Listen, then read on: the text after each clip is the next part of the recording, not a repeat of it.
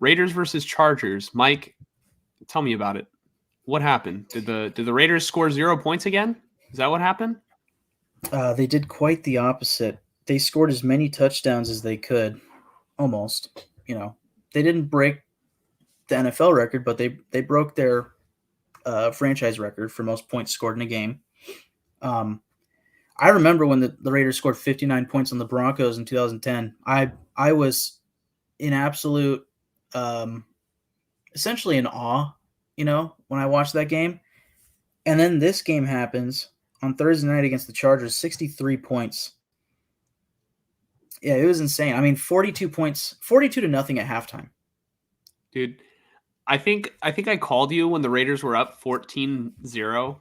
And I called to talk about like fantasy football because I think Jordan picked up Zamir White.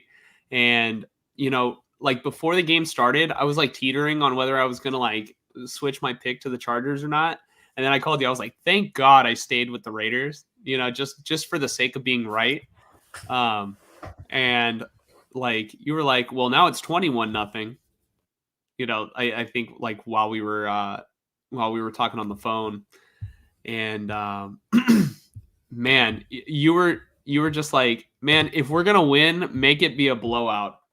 You're like, for fuck's sake, make it be a blowout. And I was just like cracking up. Are you still here, Mike? Mike, can you hear me? Are we having technical difficulties again, Mike?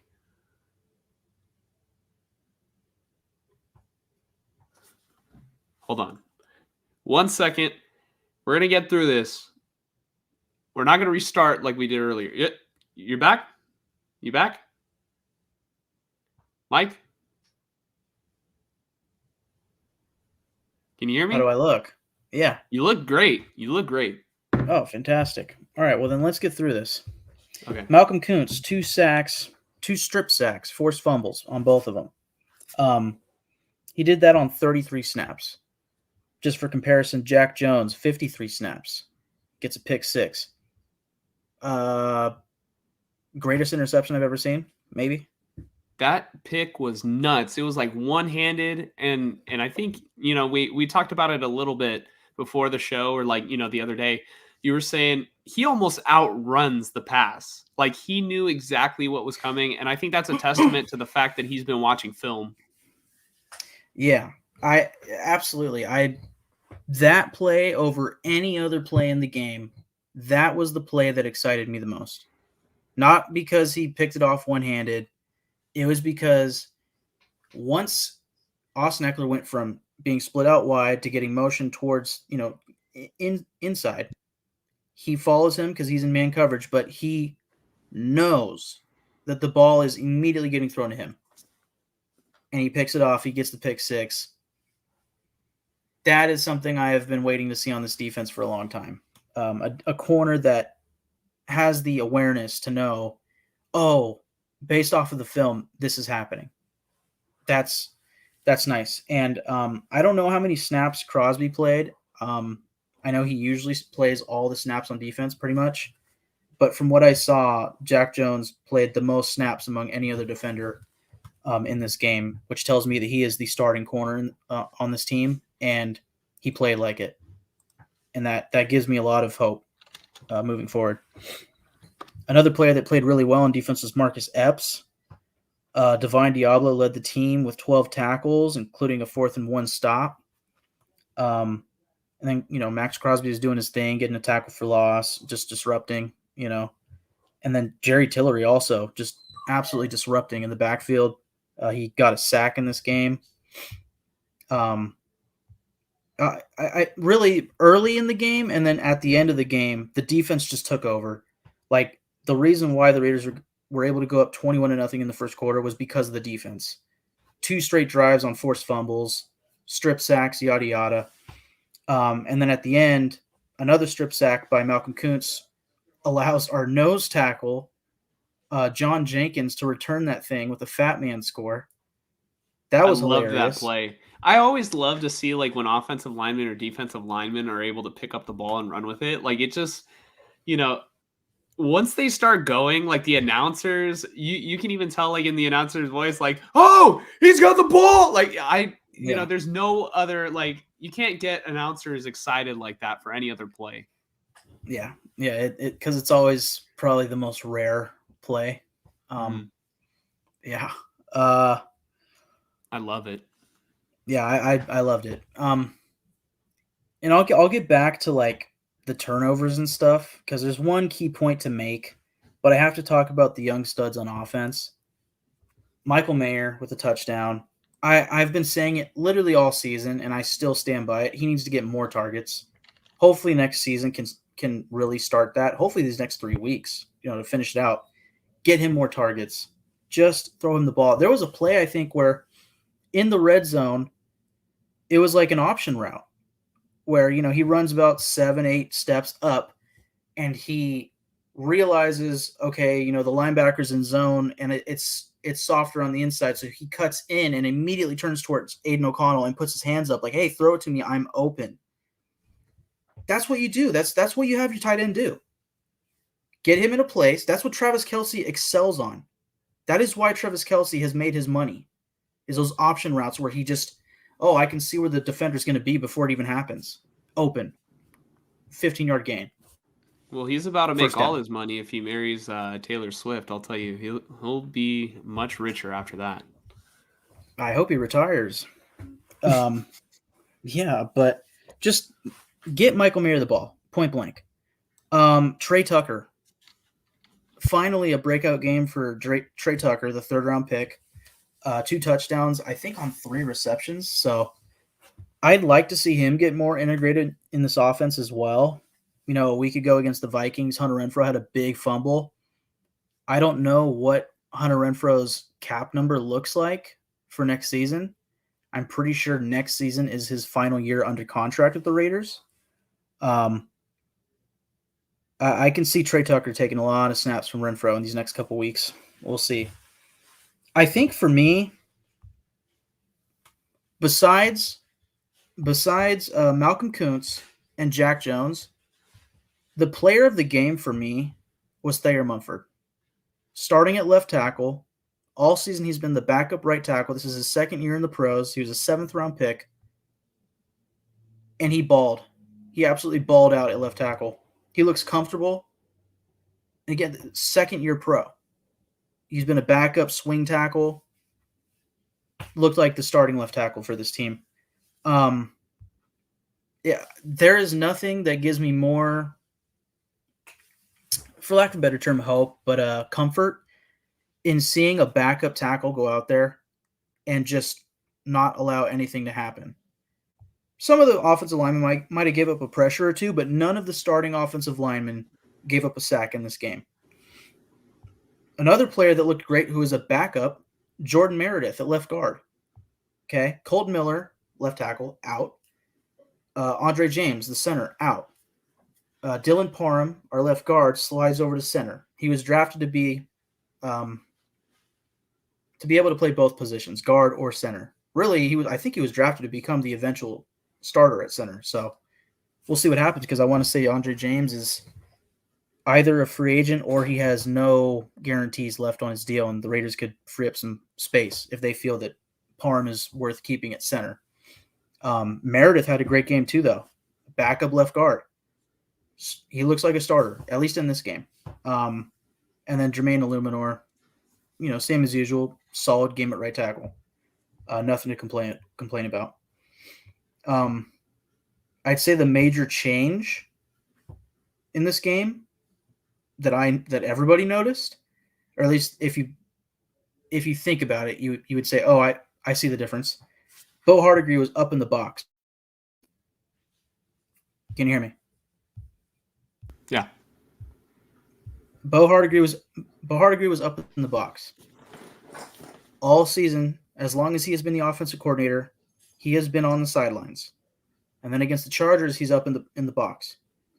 All of a sudden, this offense looks like the Chiefs' offense. They're out there throwing. They're doing a dump off pass to Jacoby Myers, and then he throws to Devontae Adams twice, once for a touchdown. You also had a wildcat play, just out of nowhere. The fourth string running back, I can't even remember his name, number 34. He's like 32 plus years old. Is it Brandon Bolden? Brandon Bolden, thank you. Yeah. Gets the wildcat and runs 20, 25 yards upfield for the touchdown. It's his only play on offense this season. Wildcat touchdown. Like, where was this? I'm sure it's because they were up 28, 35, 42 to nothing. But like, okay, Bo Hardigree, stay up in the box. Let's see how these next 3 weeks go. And then here's my thing about like Antonio Pierce, Patrick Graham. These next 3 weeks, like, okay, the Vikings game, a lot of fans are saying like, there it is. There's your nail in the coffin. Antonio Pierce, get him out of here. When the season ends, we got to go get Jim Harbaugh. We got to go get Ben Johnson, right? Let's go get a big time head coach. Let's hold our horses. Let's just wait a second, because that defensive effort against the Chargers was inspired. Absolutely inspired. You could tell the difference between the two coaching staffs, between the Raiders and the Chargers. And there is something to be said, and this is what I was kind of hinting at earlier and saying I had more to say about the defense. I saw a lot of people saying, well, what if the Chargers players played like shit just to get their coach fired? That never happens. There's no chance. There's no way. Now, a coach can lose a locker room, absolutely. They could play bad football because their coach isn't good, right?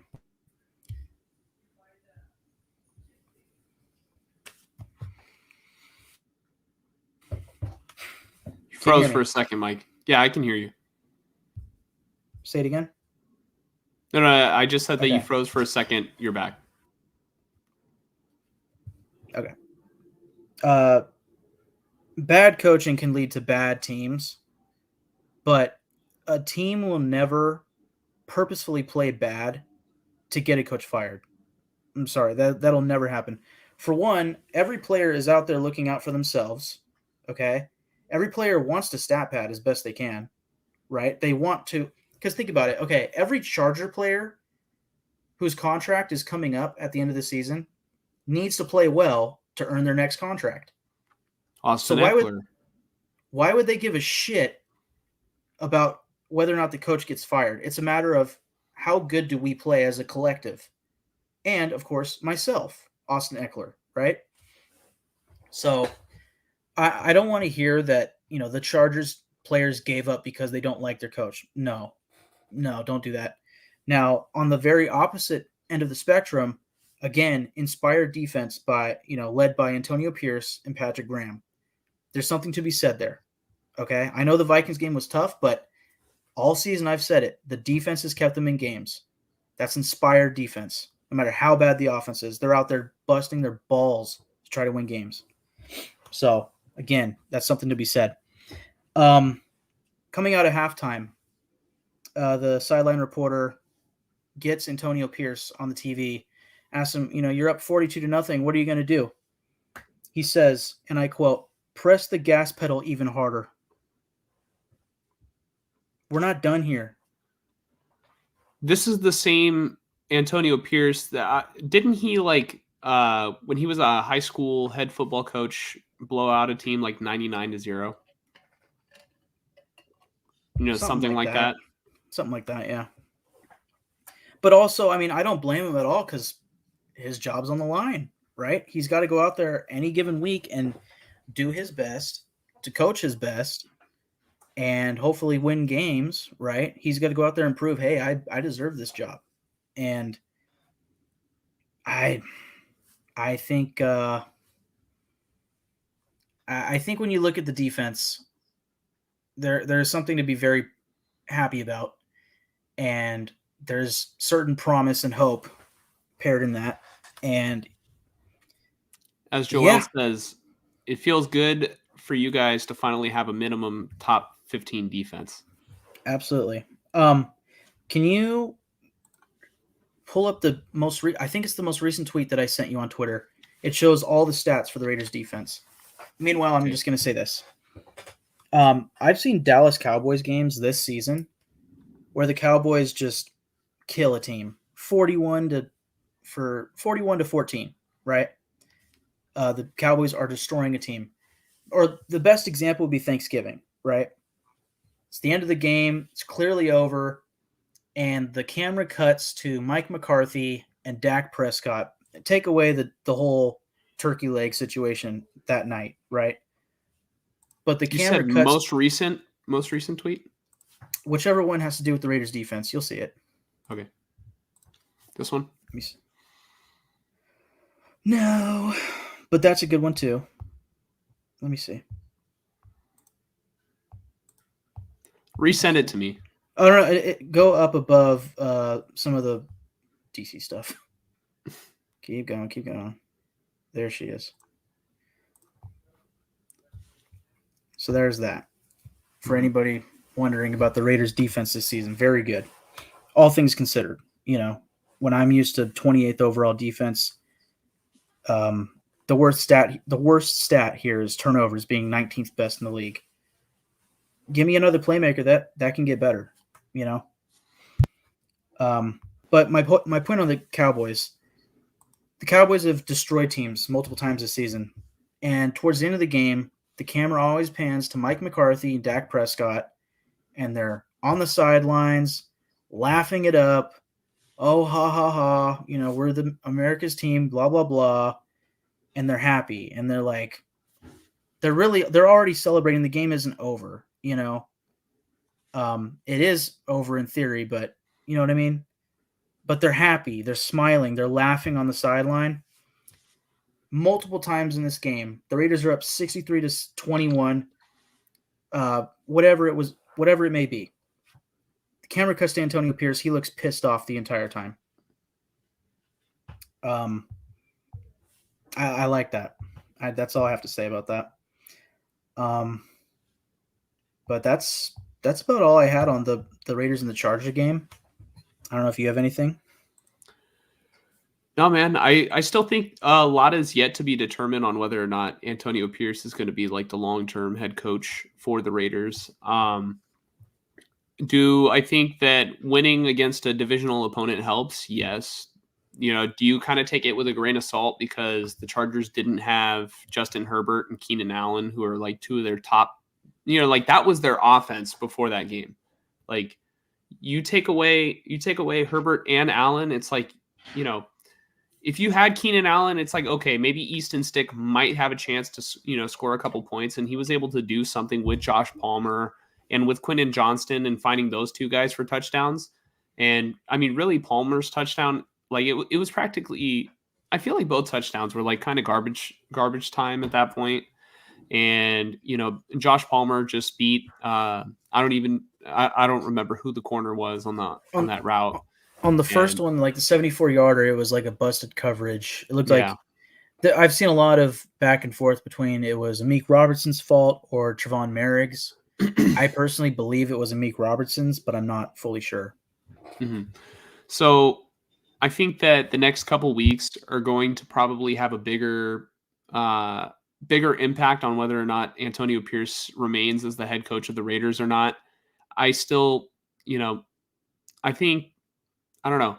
You have to explore options, even like you have to. I think if you're Mark Davis, you have to explore all options, even if Antonio Pierce, has the team in a good place. Like you might point to the Rich Bisaccia or Rick Bisaccia. I don't know how he wants it pronounced.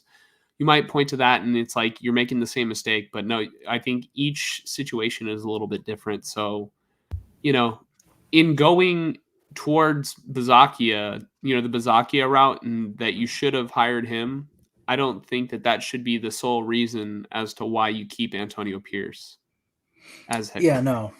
No, I think exactly. I think at the end of the day, Antonio Pierce needs to prove what Antonio Pierce can prove. And then come the offseason, I mean, the Raiders, obviously now the Chargers. I mean, that was a prediction I said was this Charger game should be the reason why Brandon Staley gets fired. I didn't know it was going to be 63 points, that was going to be the reason. But Mhm. I figured the Raiders would win this game, and the Chargers, Brandon Staley, backs against the wall. They expect to win this game. Yeah, no, they got blown out and he got fired, as well as Telesco, their GM. So Raiders, Chargers, Panthers, they have the the lead on looking for new head coaching candidates. But at the end of the day, I think Antonio Pierce deserves a fair shot. But I also believe that every other candidate also deserves a fair shot. I don't want it to be determined week 17, a week before the season. I don't want to see the rumor that, oh, Mark Davis is going to hire uh, Jim Harbaugh, because that's what happened with John Gruden. It was like an hour after the final week of the season, when they fired Jack Del Rio. Before they fired Jack Del Rio, it was like Jack Del Rio's going to get fired. John Harbaugh's coming aboard. And then 2 days later, it was boom, done. It was like, that doesn't make any sense. I want to see a fair shot given to whoever the next coach is. And honestly, right now, I'm leaning Antonio Pierce.